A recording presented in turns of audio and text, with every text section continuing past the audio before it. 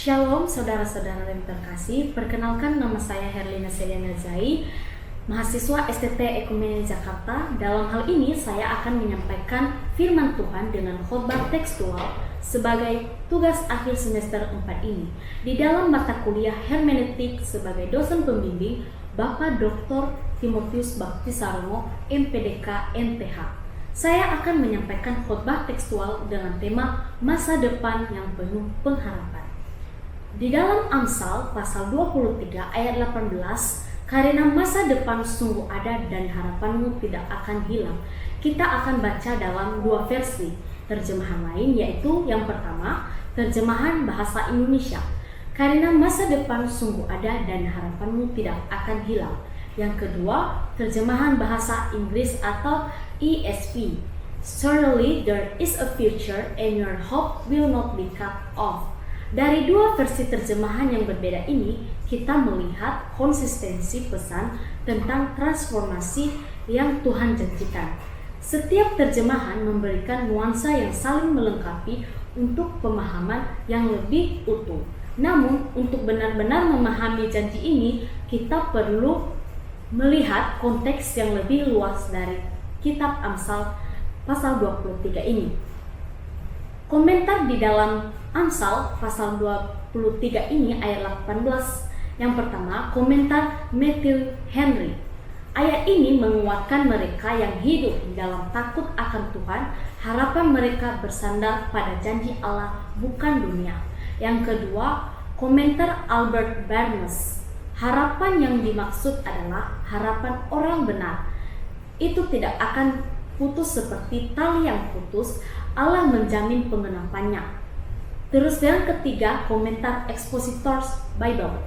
Kata masa depan atau future or end menunjukkan pada hasil akhir kehidupan yang di dalam Tuhan menjanjikan keamanan dan pemulihan. Parsing kata kunci dari Ibrani. Akharit, akhir masa depan, yang menunjukkan pada tujuan akhir hidup juga digunakan untuk merujuk pada pengenapan yang ilahi. Ikhfateha, harapanmu, dari akar kata kafah, berarti mengikat, menanti dengan harapan. Lo tikaret, tidak akan diputus, yang membentuk pasif imperfect, berarti sesuatu yang tidak akan diputuskan atau dibatalkan. Kita bisa melihat analisis perbandingan terjemahan, yang dimana masa depan dalam terjemahan bahasa Indonesia, masa depan sungguh ada, sedangkan dalam ESV, surely there is a future. Yang kedua, harapan, di mana di dalam terjemahan bahasa Indonesia, harapanmu tidak akan hilang, sedangkan di dalam ESV, your hope will not be cut off. Keduanya ini menekankan kepastian dan keutuhan harapan, di mana terjemahan bahasa Indonesia lebih puitis, sedangkan ESV lebih langsung. Dan kesamaan dari dua terjemahan lain ini adalah janji bahwa masa depan dan harapan dalam Tuhan bersifat kekal dan tidak akan sia-sia. Kemudian, di dalam dua versi terjemahan ini juga memiliki perbedaan gaya, di mana di terjemahan baru memakai nada penyemangat, sedangkan di dalam ESV itu bersifat afirmatif dan logis. Konteks teks Amsal 23 ini merupakan bagian dari nasihat bijak tentang disiplin dan hidup yang takut akan Tuhan. Ayat 17-18 membentukkan satu kesatuan. Jangan iri kepada orang berdosa, tetapi takutlah akan Tuhan, karena masa depan bagi orang yang demikian. Ayat ini menghibur mereka yang setia, tetapi sedangkan dalam tekanan bahwa pengharapan dalam Tuhan tidak akan sia-sia. Struktur teks. Pertama, pernyataan keyakinan karena masa depan sungguh ada. Dalam pernyataan ini menegaskan realitas rohani yang pasti meski tak kasat mata. Yang kedua, janji ilahi. dan harapanmu tidak akan hilang. Janji bahwa apa yang kita nantikan dari Tuhan tidak akan dikecewakan. Jadi saudara-saudara sekalian, implikasinya dalam kehidupan kita sehari-hari, di sini saya ambil ada 3 bagian. Yang pertama, tetap berharap meski kondisi saat ini sulit, di mana jangan biarkan realita menghancurkan iman. Harapan dalam Tuhan tidak akan diputuskan. Dalam kehidupan kita sehari-hari, kita sering dihadapkan pada tantangan yang terasa berat, mulai dari masalah keuangan, kesehatan, hubungan, hingga tekanan pekerjaan. Di saat-saat seperti ini, mudah sekali untuk merasa putus asa dan kehilangan arah. Namun, prinsip ini mengingatkan kita bahwa iman dan harapan tidak boleh ditentukan oleh keadaan kita saat ini.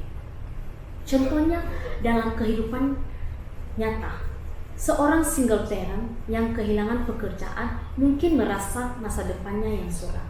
Namun, jika ia memegang teguh keyakinan bahwa Tuhan tidak akan pernah meninggalkannya, yang terambil dalam Ibrani 13, pasal 13 ayat 5, akan tetapi berjuang mencari jalan keluar sambil percaya bahwa ada rencana baik di balik kesulitan.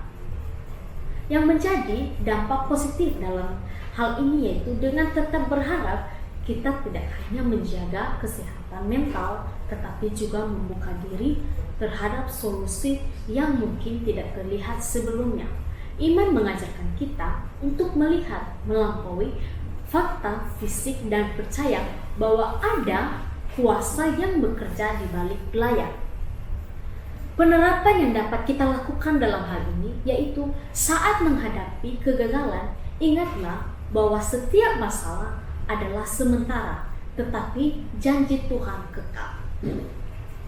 Di mana juga kita bisa menerapkan bahwa kita bisa melatih diri untuk bersyukur dalam segala hal, dalam segala situasi, karena syukur mengalihkan fokus dari masalah kepada Sang Pemberi harapan. Yang kedua, bagian kehidupan berdasarkan janji firman, bukan perasaan. Jadi saudara-saudara, saat dunia menawarkan kesenangan sesaat, firman memberi masa depan kekal. Di dalam dunia modern penuh dengan godaan instan gratification, mulai dari gaya hidup hedonis, materialisme, hingga keputusan emosional yang hanya memuaskan sementara, namun Alkitab mengajarkan kita untuk mendasarkan hidup pada kebenaran Tuhan, bukan pada penerapan atau tren duniawi. Contohnya yang bisa saya ambil di dalam teks ini yaitu seorang pemuda mungkin tergoda untuk menghabiskan uangnya demi gaya hidup mewah agar diterima di pergaulan. Namun saudara-saudara, jika ia melihat untuk hidup sesuai prinsip Alkitab atau seperti mengelola keuangan dengan bijak dan menabung, mungkin ia akan memiliki masa depan yang lebih stabil. Jadi saudara-saudara, dampak positif juga yang bisa kita ambil dalam cerita ini, bagaimana firman Tuhan itu memberikan fondasi atau dasar yang kokoh kepada kita. Ketika kita berpegang pada prinsip kebenaran, kita tidak mudah untuk goyah oleh tekanan sosial atau emosi sesaat. Nah, jadi mungkin kita juga bisa menerapkan hal ini di dalam kehidupan kita, di mana saat dihadapkan pada pilihan, nah otomatis kita harus menanyakan kepada Tuhan, apakah ini sesuai dengan firman Tuhan atau mungkin bukan, apakah ini membuatku senang saat ini atau tidak. Nah, prioritas juga bisa menjadi nilai-nilai kekal seperti integritas dan pelayanan daripada kepuasan duniawi yang cepat berlalu. Jadi saudara-saudara sekalian, di dalam hal ini kita harus mengetahui bahwa segala hal itu harus kita pertanyakan kepada Tuhan. Baik itu di dalam saat kita dalam kesulitan maupun dalam saat kita mengambil suatu keputusan. Dan yang terakhir yang bisa saya ambil dalam Amsal pasal ayat 18 ini yang menjadi aplikasinya di dalam kehidupan kita sehari-hari, yaitu hibur orang lain dengan janji ini, di mana kita menjadi pembawa harapan bagi mereka yang kehilangan arah. Kita hidup di tengah-tengah masyarakat yang penuh dengan keputusasaan. Banyak orang merasa sendiri, tertekan, dan tidak melihat jalan keluar. Sebagai orang percaya, kita dipanggil untuk menjadi saluran penghibur dan pengharapan. Terkadang kita merasa ketika kita sudah baik-baik saja, tidak bisa melihat orang lain. Contoh nyata yang bisa saya ambil di dalam hal ini yaitu ketika seorang teman mengalami depresi karena gagal dalam karir, kita bisa menguatkannya dengan mengingatkannya bahwa Tuhan punya rencana di dalam dirinya atau di dalam hidupnya. Bukan hanya dengan kata-kata, tetapi juga melalui dukungannya seperti menemaninya atau membantu mencari solusi. Jadi saudara-saudara, contoh ini kita bisa mengambil dampaknya dalam kehidupan kita yang menjadi dampak positif, yaitu dengan menjadi pembawa harapan, kita tidak hanya meringankan beban orang lain, tetapi juga memperkuat iman kita sendiri, bagaimana kita bisa menghibur diri orang lain dengan keadaan kita yang apa adanya di depannya, tetapi kita menemani dia dengan hati yang tulus. Kita bisa menerapkannya di dalam kehidupan kita ini dengan cara dengarkan dan empati sebelum memberi nasihat. Bagaimana kita memberikan suatu sebagai jalur, sebagai orang yang bisa mendengarkan curhatan dari teman kita tersebut. Terus yang kedua, bagikan kesaksian pribadi tentang bagaimana Tuhan menolong dalam masa sulit. Bagaimana kita bisa memberikan suatu motivasi yang baik kepada teman-teman kita yang sedang dalam kegagalan atau kesusahan atau mungkin frustasi. Bagaimana kita menceritakan pengalaman kita ketika Tuhan menolong kita di dalam perjalanan kita yang sangat sulit. Kemudian tunjukkan kasih melalui tindakan. Yang di dalam hal ini kita bisa melihat di dalam Galatia pasal 6 ayat 2. Jadi ketika kita memberikan atau sebagai orang yang mendengarkan di dalam curhatan seorang teman, kita bisa memberikan atau menunjukkan kasih melalui tindakan yang kita berikan itu.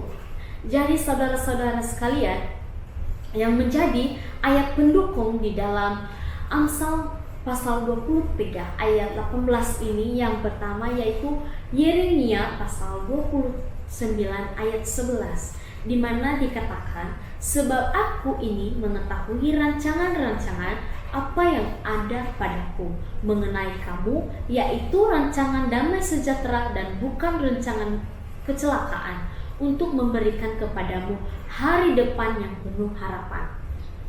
Yang kedua, Mazmur pasal 39 pasal ayat 7. Dan sekarang apakah yang kunanti-nantikan, ya Tuhan, kepadamulah harapanku. Yang ketiga, Ibrani pasal 10 ayat 23. Marilah kita teguh berpegang pada pengakuan tentang pengharapan kita, sebab Ia akan menjanjikannya setia. Yang menjadi kesimpulan di dalam Amsal pasal 23 ayat 18 ini yaitu meneguhkan bahwa harapan dalam Tuhan tidak pernah sia-sia. Masa depan yang sejati hanya dimiliki oleh mereka yang hidup di dalam takut akan Tuhan. Firman Tuhan adalah jangkar yang menjaga kita tetap kuat ketika badai kehidupan datang, maka teruslah berharap sebab janjinya tidak akan diputuskan. Amin. Demikian hasil khotbah tekstual yang saya sampaikan hari ini. Terima kasih, Tuhan Yesus memberkati.